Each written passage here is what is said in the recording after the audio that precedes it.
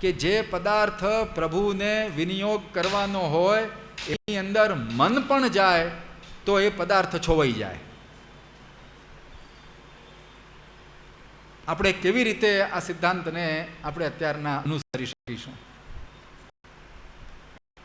હજી તો કઈ પદાર્થ સામે આવ્યો નથી, નથી કશું કંઈ બનાવ્યું, પરંતુ એ પદાર્થની અંદર મન ગયું તો પણ એ પદાર્થ હવે ઠાકોરજી લાયક રહ્યો નહીં. તમે મન દ્વારા જે છે કંઈક એનો ઉપભોગ કરી ચૂક્યા, એટલે હવે ઠાકોરજી લાયક રહ્યો નહીં, એટલે તમે સમર્પણ કરી શકો નહીં. આવી પ્રક્રિયા હોય તો આજે આપણે કોઈ પણ સેવા કરી શકીએ એમ છીએ?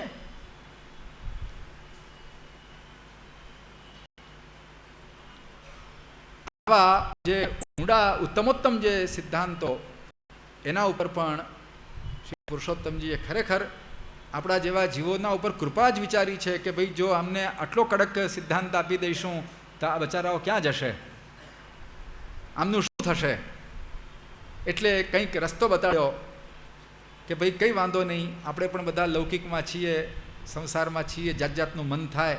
હા, પણ એની અંદર એટલી ચોક્કસ આપણે મેળનો વિચાર કરવાનો છે કે એ પદાર્થ ઠાકોરજીને સમર્પવા યોગ્ય જરૂર હોવો જોઈએ. પછી સાવ એવો પદાર્થ આપણે લઈ આવીએ કે જે ઠાકોરજીને સમર્પવા યોગ્ય જ ન હોય, શાસ્ત્ર શુદ્ધ રીતે એનું ગ્રહણ ન થઈ શકતું હોય, તો પછી સાવ નકામી વાત છે. પરંતુ એક સામાન્ય રીતના વિચાર કરીએ કે કંઈક ખાનપાનનો પ્રસંગ હોય, કોઈ ખાદ્ય સામગ્રીનો પદાર્થ હોય, કે કંઈક આપણા મનની અંદર વિચાર આવ્યો કે આજે અમુક વસ્તુ થાય તો કેવી સુંદર, તો હવે મનમાં તો આવી ગઈ, દોષ તો થયો ભલે એકવાર તો, પણ હવે શું કરવું?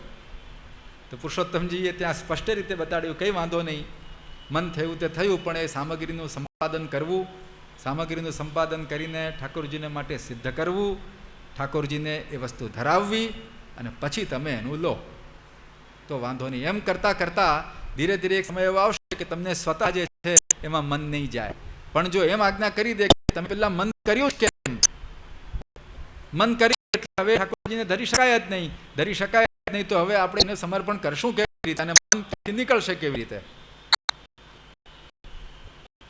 આ બધી ઘણી એવી વ્યાવહારિક પ્રક્રિયાઓને ધ્યાનમાં રાખીને પોતે બહુ સુંદર પ્રકારો સૂચવેલા છે. એ જ સંદર્ભમાં પેલું ગ્લાનિ સ્થાપ્યા હું જે બોલ્યો ને, એ તે સંદર્ભમાં જ શ્રી પુરુષોત્તમજીએ આજ્ઞા કરી છે કે આવું જ્યારે આપણું મન એવા વિષયોની અંદર ચાલી જાય તો ભગવત ચરણારવિંદની અંદર રહેલા ધ્વજ, અંકુશ, વજ્ર એનું આપણે ધ્યાન કરવું. આ ઉપદેશ આપ્યો છે આપણને. આપણું જ્યારે પણ મન આવી રીતે ચલાયમાન થઈ જાય તો ભગવત ચરણારવિંદની અંદર આવા બધા પણ તત્વો બિરાજે છે, જેમાં એક અંકુશ છે, એમાં વજ્ર પણ છે, એ વગેરેના ચિહ્નોનું ધ્યાન કરીને આપણે આપણા ઉપર વિચાર કરીએ કે આપણું મન આટલું નિરંકુશ બની ગયું છે. ભગવત ચરણારવિંદની કૃપાથી એ સણું રહે, એ સ્થિર રહે એવી કૃપા પ્રભુ કરો. આ બધી વસ્તુ આપણને એમાં સમજાવી છે. એટલે એટલી કૃપા આજના સમયના જીવોને માટે પણ પોતે વિચારેલી છે. એટલે આપણે નિશ્ચિત એમ કહી શકીએ કે મોટાઓએ કીધું છે, આપણા 84-252 અષ્ટછાપ ભગવદીઓએ કીધું છે, એટલે નિશ્ચિત પ્રભુ આપણી પણ સાંભળશે. એટલે આપણે પણ જો બોલીએ એમની જ વાણીને એમના જ ભાવથી બોલીએ તો ઠાકોરજી કે શ્રી મહાપ્રભુજી આપણને છોડશે નહીં. માટે એમનું સ્મરણ કરીને આપણે હનિશ નિત્ય પ્રતિ ઠાકોરજીને દંડવત કરીને બોલવું કે હે પ્રભુ શ્રી વલ્લભ, ભલે બુરે તો તેરે, ભલે બુરે તો તેરે. કદી પણ આપને છોડશો નહીં. જેવા છીએ તેવા આપના છીએ, બસ એવો ભાવ હૃદયની અંદર સદા બન્યો રહે એવી કૃપા પોતે કરતા રહે. એટલું જ માત્ર કહીને આજનો અહીંયા વિરામ કરો.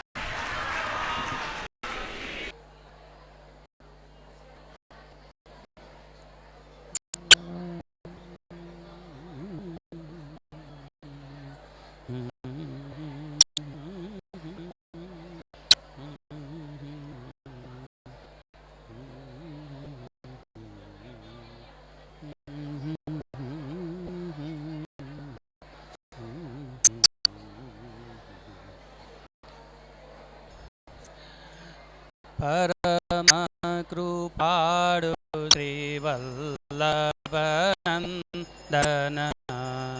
કરત કૃપાની જહરે માથે જે જન શરણ આયે અનુસરહી રહી સોંપત શ્રી ગોવર્ધન નાથ પરમ ઉદાર ચતુર ચિંતામ રાખત ભવતારાભયો જાતે ભજ કૃષ્ણદાસ કાજ સબ સરઈ જો જાને શ્રી વિઠ્ઠલનાથ પરમ કૃપાળુ શ્રી વલ્લભનંદ ભરત કૃપાની જય વલ્લભાધીશ કી વલ્લભનંદન ભરત કૃપાની જય હસ્તદે માતે જે જન શરણ આયે અનુસરઈ ગ્રહી સોપત શ્રી ગોવર્ધનનાથ પરમ ઉદાર ચતુર ચિંતામણી રાખત ભવધારા ભયો જાત ભજ કૃષ્ણદાસ કાજ સબ સરઈ જો જાને શ્રી પરમ કૃપાળુ શ્રી વલ્લભનંદન કરત કૃપાની હસ્તદે માતે પરમ કૃપાળુ શ્રી વલ્લભનંદન કરત કૃપાની હસ્તદે નાથ શ્રી વલ્લભાધીશ કી જય શ્રી બાલકૃષ્ણ લાલ